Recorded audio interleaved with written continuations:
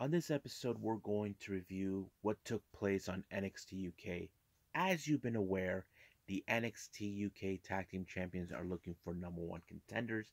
Originally, it was supposed to be a three-way, but however, somehow Mustache Mountain put themselves back on the hunt and they converted it into a four-way match for the number one contendership for the NXT UK Tag Team titles. Also, as you know, Impact Wrestling are getting ready for their next pay-per-view. So the real question is, who is going to challenge Moose for the Impact World title? Who's going to challenge the Good Brothers for the tag team titles? And so on and so on. But we do know that Mercedes Martinez is going to challenge Mickie James for the Knockouts titles. And there's going to be a lot more taking place. Also, I'm going to review two past events. One by Mission Pro Wrestling live in Greensboro that had Taco Fest that took place back in August 15th. And also AIW Absolute Intense Wrestling that had the Chandler Biggins Memorial Tournament that took place at the end of July. So, let's get started with another episode of Deleted Wrestle Zone.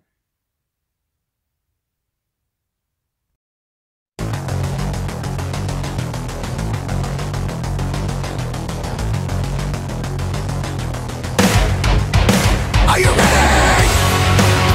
Get up, get up. Get up, get up. Get up, get up. Get up, get up. Get up, get up. Get up, get up.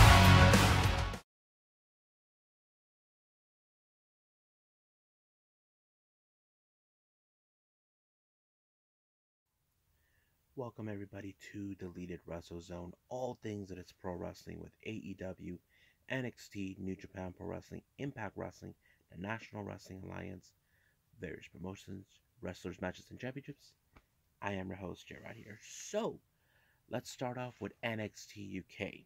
It opened up with the first match with Nathan Frazier taking on a member of Subculture, Mark Andrews. Now, this match was kind of been set up a week ago when Nathan Frazier has been studying videos of Mark Andrews, and of course Mark Andrews accepted the challenge. However, this was a pretty good match to watch because you can see you got Nathan Frazier who is trying to make a name for himself, and you got Mark Andrews who we all know he is very popular as a tag team competitor, but also established himself as a singles competitor. I have to say it was a good one, but however, the impressive move is by Mark Andrews, the way he pinned Nathan Frazier right away in order to pick up the W. Now, as you know, in last week, we saw tensions coming. Now, Sam Gradwell, we can say he is a good wrestler, but he has the tendency to act like no one is talking about him. You saw that there was a video where people in Spain are talking about the sensation, the Spanish sensation himself, A-Kid. However, A-Kid did not take too kindly about what he said about his native country, but he told him, let's deal with this in a language we can understand, which is a fight. Now, as you know, Kenny Williams, we haven't seen him for quite some time. He's back, and this time he might have pissed off the wrong person, and that is Saxon Huxley. He's calling him Kenny Cockroach. As you know, he has a cockroach. Basically, he's trying to slither his way out of anything. But we'll see what happens then. Now, this match is a women's match. Excuse me. It's Danny Luna taking on Stevie Turner. This match was set because of what happened last week. As you know, certain members were trying in Subculture. We're trying to get everything set up, but Stevie Turner took offense and decided to prove the Subculture will never succeed. So Danny Luna decided to do something about it, and my God, she did when she powerbombed her down and put her out with the W. And I thought it was a pretty good match too. Now, once again, we see Nina Samuels trying to do interviews. Her first person she caught was Isla Dawn. If I were you, Nina, stay away from that witch. She'll grab something from you and use whatever. And then she decides to open her mouth once again to Aaliyah James, who After her big match she took against Zaya Brookside, it kind of put her like saying it doesn't mean anything. But I don't think that's gonna stop Aaliyah. But however, she did ask herself, "I'm gonna face you, Nina," and that is something that I don't think Nina Samuels might have expected. But we'll see what happens then. Now, once again, tensions began to boil between the Gallus boys against Tailman and Rohan Raja. Now, Tailman did stated that Gallus are not a family, that he and Rajan are real family. So the Gallus made offense to that. They did not like what they said. But the real question is, and many people ask, what do they have in store for Joe Coffey? As you know, there's only two of them. Gallus only has three. That's a story we definitely need to follow up on that. Now, throughout the night, Subculture celebrated two matches they won, one by Mark Andrews and the other by Danny Luna, and once again their party was interrupted by none other than Blair Davenport. So basically, I wouldn't be surprised if Danny Luna challenged her. Now let's get to our main event, which is for the #1 contendership for the NXT UK Tag Team titles. We have Ashton Smith and Oliver Carter versus Jack Stars and Dave Mastiff versus Symbiosis, Primate and T-Bone, along with Eddie Dennis, versus Mustache Mountain, Tyler Bate, and Trent Seven. Now, as you know, with Symbiosis, everything changes with the help of Eddie Dennis. However, ref saw what he did. He threw him out of the ring, but it did allow for a very decent match. Now, this is a four-way match. Anything could happen. But I think many fans might have been expecting Mustache Mountain due to the fact they want to see them against Pretty Deadly. And that's something. And I was expecting Pretty Deadly to come out and try to interfere, like trying to ensure we don't want these guys, we don't want those guys, that sort of thing. But no, they're not interested. But we'll see what happens then if their tag team titles are jeopardy, because it was Mustache Mountain to pick up the victory, allowing for them to get a hold of the NXT UK tag team title. Excuse me. But right now, let's move on with Impact Wrestling.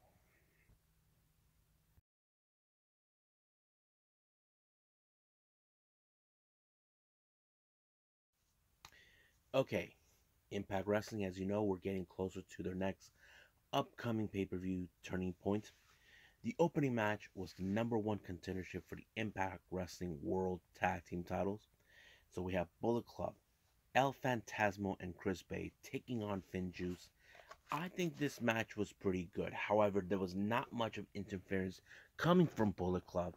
As you know, Hikuleo was right there to begin with. But however, it was the sudden death that made the save for Chris Bay, thanks to El Phantasmo, in order for Bay to pick up the victory. But however, that was not it. Apparently, the Good Brothers show up. Looks like we have mounting tensions between the Good Brothers and Bullet Club. As you remember, history tells us both the Good Brothers were part of the Bullet Club, but they're not getting no royalties in return coming from them from Japan.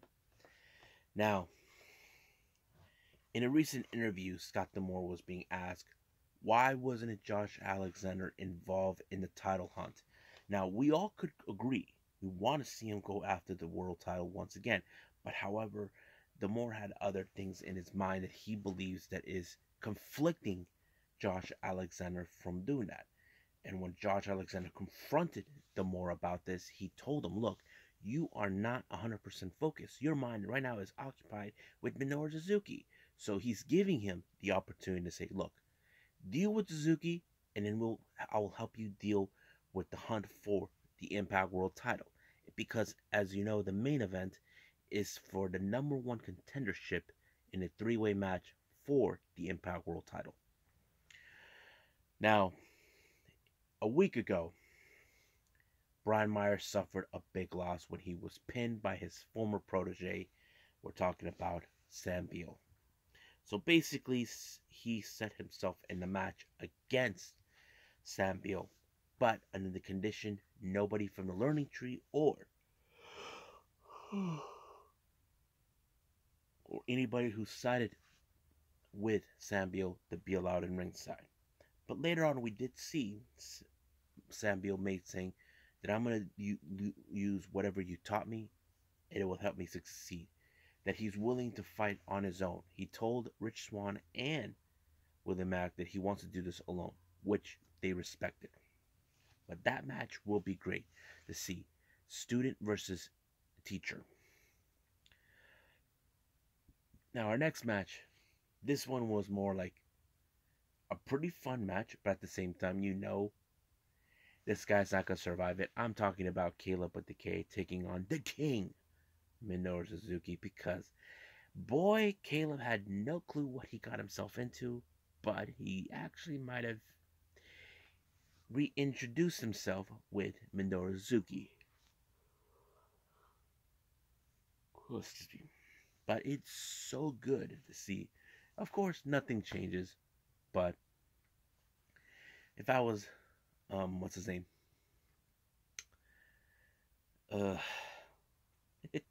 Caleb, I would have brought a helmet, but no. He got style power drive. Our next next interview we did have is Moose. Now, Moose is not an idiot. He knows he has a target on his back. So basically, he is not too concerned. He had things to say about Eddie. What's his name? A few others. You know, everybody is... Oh, yeah. For Eddie, Matt Cardona, and Morrissey. As you know, he is not afraid that he is once again putting out himself that he is a wrestling god.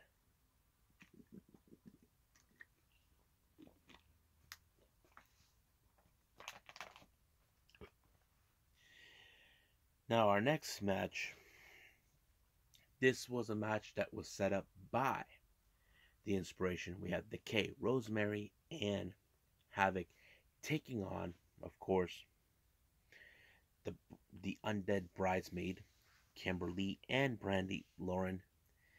This match was ended some point where Havoc picked up the victory, and I don't think the Inspiration were too keen or happy that this match did not go exactly as planned because they don't want to deal with ghosts.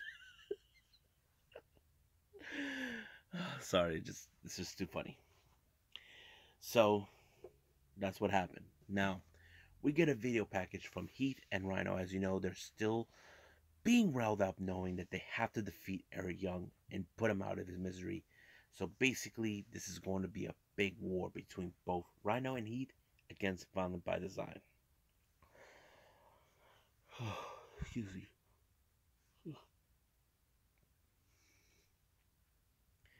Now, Chris Sabin, as you know, he's very not happy how the match with him and Ace Austin turned out.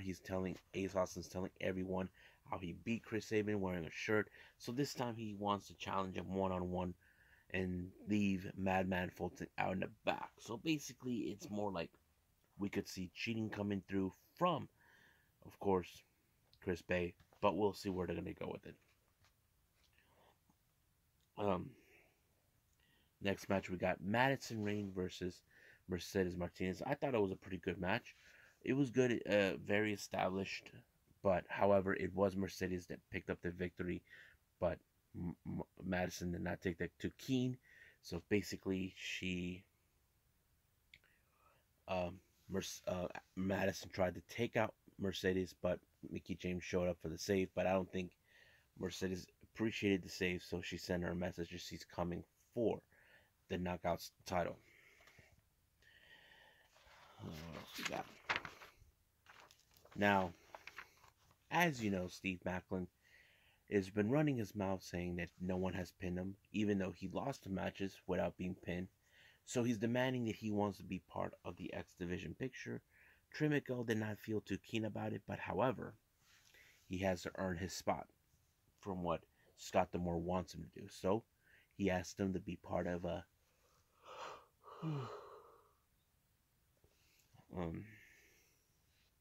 excuse me, hold on, what was it? Of a part of the three-way. And Trey wants it. However, the more set himself to be in the match against who was it?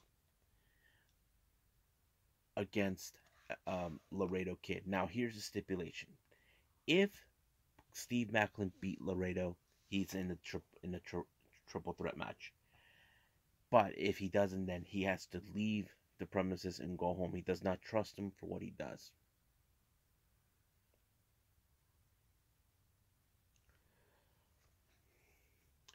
Now, our next match is Rohit Raju versus Rocky Romero. As you know, Rocky has been stirring things up recently with his arrival, trying to put his name on every part of the wherever he goes. However, Rohit Raju was a pretty good wrestler. However, you know there's going to be distraction by Rohit with his sidekick, and that's what I thought it was going to happen. It did help with him, but it was a good match. Now, Johnny Swinger and Hernandez still have some beef to take care of with the Demon and Decay. Looks like Hernandez set himself up in the match, but Johnny E. Bravo said to Swinger that he has someone in mind, and that person is none other than Fallah Ball. So this is going to be a very, very interesting matchup. Now, our Chelsea Green, as you know, is now back on the hunt for the digital media title, but there's going to be others involved in a #1 contendership. Matthew Renrold, Alicia Edwards, and Jake Something. And this is number one contendership for the digital media championship. That is one thing we definitely got to pay attention to. Now, our main event is the #1 contender for the Impact World title. I have to say, much of this match was being dominated by Morrissey. Yeah, he could have won, but it was Eddie Kingston's determination not to allow him to win in order to pick up the victory to win this match for himself and for those that he cared about. So I thought it was very great, but it was Edwards that picked up the victory when he was smart enough to see Morrissey's out of the way, focus on Matt Cardona. And that's exactly what he did. Matt Cardona was the one pin, and boy, it was over from the moment Morrissey realized that he may not get another shot down the line. But we'll see where it's going to take us right now.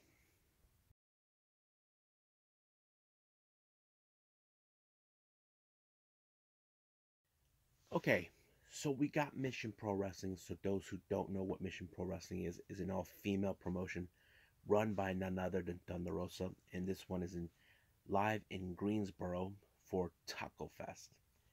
Now, the opening match we have is AC Lizzie and Selena Rose. Now, I don't know who they were. I'm not familiarized with them that much, but it was an interesting match. I can tell that AC Lizzie is like the heelish, and Selena's the face. And I thought it was good. But however, it was Selena who pinned AC for the match. Next match is the male matches. We have JP Harlow versus David Ali. I thought this was a very interesting match, just to have one match with just the men, which something was similarized with when the roles were reversed. But it was JP Harlow that actually won this match. Next up, we got The Woad taking on Sadie Lee Moss. What a crazy match. Sadie Lee Moss acted like a wild child, tried to ensure she won, but it did not do any well for her. As you know, The Woad is full of destruction. She is out to destroy those that stand in her way. But however, during her post-match, she did a little promo, and Thunder Rosa showed up, telling people about a documentary, because something I did not know about The Woad. The Woad wears an eye patch the entire time, but I never knew why. I thought it was part of her gimmick. It turns out she is blind from one side of her eye. I'm like, whoa. So there's a documentary on that. So if you guys haven't seen it, check it out. It's from The Woad. WOAD. Woad. Now our next match is a tag team. We got Brittany Jade with Lily taking on the Renegade Twins, Charlotte and Robin. It was another good match to show the twins how They have been completely as a cohesive unit, being in tag teams, and I thought it was a pretty good one, allowing them to win the match. But however, they pulled an Eddie in order to win, allowing for the opponents to walk out in disqualification. So, looks like the lie, seat, and shield method works. Next up, we got Savannah Evans versus the Mean Girl, Danny Jordan. Savannah Evans destroyed the burn book, and I don't think Jordan likes that, but she got brutalized in the hands of course, Savannah Evans. Now, our main event, we have, of course, Thunder Rosa taking on KZT. I thought it was another good match, and all of that. I'm like, wow, it was pretty good. However, it was Thunder Rosa that put her out once again with the 1-2-3, and I thought it was good as well. So I enjoyed. There's going to be more of Mission Pro Wrestling down the line. I'm not going to rush it too much, but we'll see what happens then. Right now, let's move on with the last thing we want to review for all of you: the Absolute Intense Wrestling IWA, the Chandler Biggins Memorial Tournament.